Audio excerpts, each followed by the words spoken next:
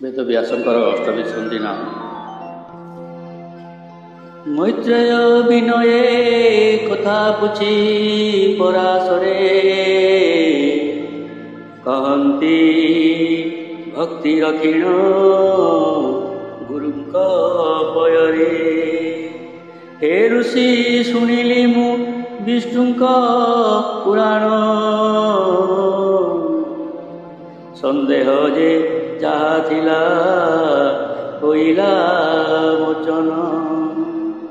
ସନ୍ଦେହ ଯେ ଯାହା ଥିଲା ହୋଇଲା ମୋଚନ। ମୈତ୍ରେୟ ବାଚ, ଆପଣ ଯେ ବ୍ରହ୍ମଜ୍ଞାନୀ ଅଟ ଗୁରୁଦେବ, ସର୍ବଜ୍ଞ ଗୁଣାକାର ଦିବ୍ୟ ଜ୍ଞାନ ଭାବ।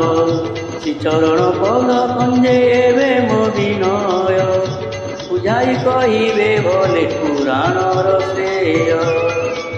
ପରାଶର ବାଚ, ପରାଶର ନିବେଦନ ମୈତ୍ରେୟ ବଦନୁ, ହୋଇଣ ଆନନ୍ଦ ସେହୁ କହନ୍ତି ପୁରାଣ। ଶ୍ରୀହରି ଆପଣେ ବ୍ୟାସ ରୂପୀ ନାରାୟଣ, ଅବତାର ହେଉଅଛ ଜଗତ କାରଣ। ଗୋଟିଏ ବେଦକୁ ସେହି ଦ୍ୱାପର ଯୁଗରେ, ମୋଦ ବହି ବିଭକ୍ତ ଯେ ବହୁଳ ଭାବରେ। କ୍ରମାନ୍ୱୟରେ ଶ୍ରୀହରି ଭାଗ 28, ବିଭାଗ କଲେ ବେଦକୁ ସେହି ଋଷିକେଶ। একথা প্রমাণ বর্ষগত যে হইছি, কথা করি এবে মুহি তাহাকু কহুছি। দ্বাপর যুগরে যে প্রথম মন্বন্তরে, ব্যাস হইলে স্বয়ম্ভু এই জগতরে। দ্বাপর যুগরে যে দ্বিতীয় মন্বন্তরে, মনুব্যাস প্রজাপতি হেলে ধরণীরে। সে যে দ্বাপর যুগ মন্বন্তর তৃতীয়, হইলে ব্যাস উষনা ধরারে নির্ণয়। সেহু দ্বাপর যুগ চতুর্থ মন্বন্তরে, এই ধরিত্রীরে বৃহস্পতি ব্যাস হেলে। দ্বাপর পুଣି পঞ্চম মন্বন্তরে, ব্রহ্মাণ্ড ମଧ୍ୟରେ ব্যাস সবিতা হইলে। পুଣି যুগ যে দ্বাপর ষষ্ঠ মন্বন্তরে, বেদব্যাস হেলে মৃত্যুদেব এ ধরারে। যে দ্বাপর যুগরে সপ্তম মন্বন্তরে, হেলে ব্যাস ইন্দ্রদেব ଏହି ବ୍ରହ୍ମାଣ୍ଡରେ।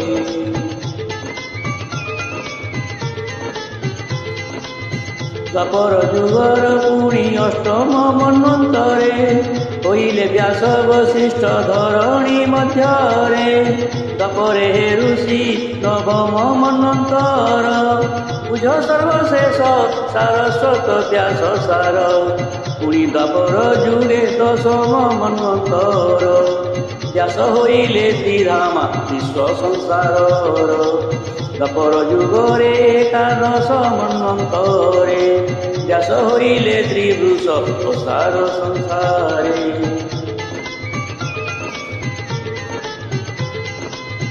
ଯୁଗ ଯେ ଦ୍ୱାପରେ ଦ୍ୱାଦଶ ମନ୍ବନ୍ତରେ, ବ୍ୟାସ ହେଲେ ଭରଦ୍ୱାଜ ଅବନୀ ସଂସାରେ। ଦ୍ୱାପର ଯୁଗରେ ତ୍ରୟୋଦଶ ମନ୍ବନ୍ତରେ, ବ୍ୟାସ ହେଲେ ଅନ୍ତଞ୍ଜୟ ନିଖିଳ ସଂସାରେ। ଯୋଗ ଦ୍ୱାପରରେ ଚତୁର୍ଦ୍ଦଶ ମନ୍ବନ୍ତରେ, ବେଦ ବ୍ୟାସ ହେଲେ ଧର୍ମ ସାରା ଜଗତରେ। ଦ୍ୱାପର ଯୁଗରେ ପଞ୍ଚଦଶ ମନ୍ବନ୍ତରେ, ବ୍ୟାସ ହେଲେ ତ୍ରୟରୁଣ ମଧ୍ୟର ମଧ୍ୟରେ। ଯୁଗ ଯେ ଦ୍ୱାପର ଷୋଡ଼ଶ ମନ୍ବନ୍ତରେ, ବ୍ୟାସ ହେଲେ ଧନଞ୍ଜୟ ବିଶ୍ୱ ବ୍ରହ୍ମାଣ୍ଡରେ। ଦ୍ୱାପର ଯୁଗରେ ସପ୍ତଦଶ ମନ୍ବନ୍ତରେ, ବ୍ୟାସ ହେଲେ କୃତଞ୍ଜୟ ଏହି ପୃଥିବୀରେ। ଯୁଗ ସେ ଦ୍ୱାପରେ ଅଷ୍ଟାଦଶ ମନ୍ବନ୍ତରେ, ବ୍ୟାସ ଯେ ଚାଣକ୍ୟ ବ୍ରତୀ ହୋଇଏ ମଧ୍ୟରେ। ଦ୍ୱାପର ଯୁଗରେ ଊନବିଂଶ ମନ୍ବନ୍ତରେ, ପୁଣି ବ୍ୟାସ ଭରଦ୍ୱାଜ ଏହି ଅବନୀରେ।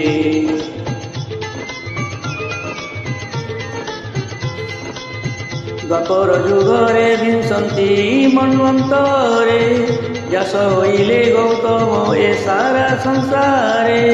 ଦ୍ୱାପର ଯୁଗରେ ଏକବିଂଶ ମନ୍ୱନ୍ତରେ ବ୍ୟାସ ହୋଇଲେ ହରିୟାମା ବିଶ୍ୱ ବ୍ରହ୍ମାଣ୍ଡରେ। ଦ୍ୱାପର ଯୁଗରେ ଦ୍ୱାବିଂଶ ମନ୍ୱନ୍ତରେ ବେଦ ବ୍ୟାସ ହେଲେ ବେନ ଏହି ପୃଥିବୀରେ।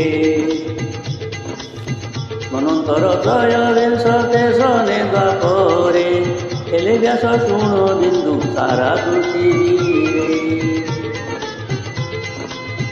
ଦ୍ୱାପର ଯୁଗରେ ଚତୁର୍ବିଂଶ ମନ୍ୱନ୍ତରେ ବେଦ ବ୍ୟାସ ହେଲେ ରୁଦ୍ର ଧରଣୀ ମଧ୍ୟରେ। କହନ୍ତି ବାଲ୍ମୀକି ବୋଲି ଏହାଙ୍କୁ ଜଗତେ ରାମାୟଣ ଯେ ରଚିଲେ ପ୍ରାଣୀଙ୍କର ହିତେ। ଯୁଗ ଦ୍ୱାପରରେ ପଞ୍ଚବିଂଶ ମନ୍ୱନ୍ତରେ ବ୍ୟାସଦେବ ଶକ୍ତି ହେଲେ ଅବନୀ ସାରାରେ। ଯୁଗ ଯେ ଦ୍ୱାପର ଷୋଡ଼ବିଂଶ ମନ୍ୱନ୍ତରେ ବ୍ୟାସ ପରାଶର ସ୍ୱୟଂ ଭୁବନ ମଣ୍ଡଳେ।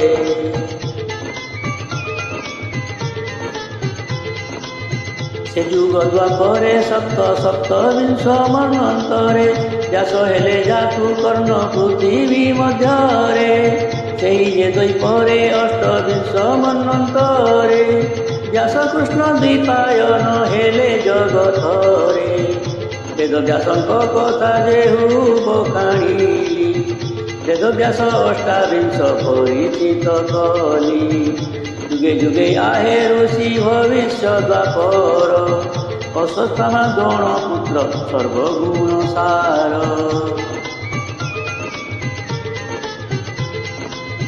ସେ ବେଦ ବ୍ୟାସ ହୋଇବେ ଏହାର ନିର୍ଣ୍ଣୟ। ଶ୍ରୀ ବିଷ୍ଣୁ ପୁରାଣ କଥା କହିଲି ମୈତ୍ରେୟ।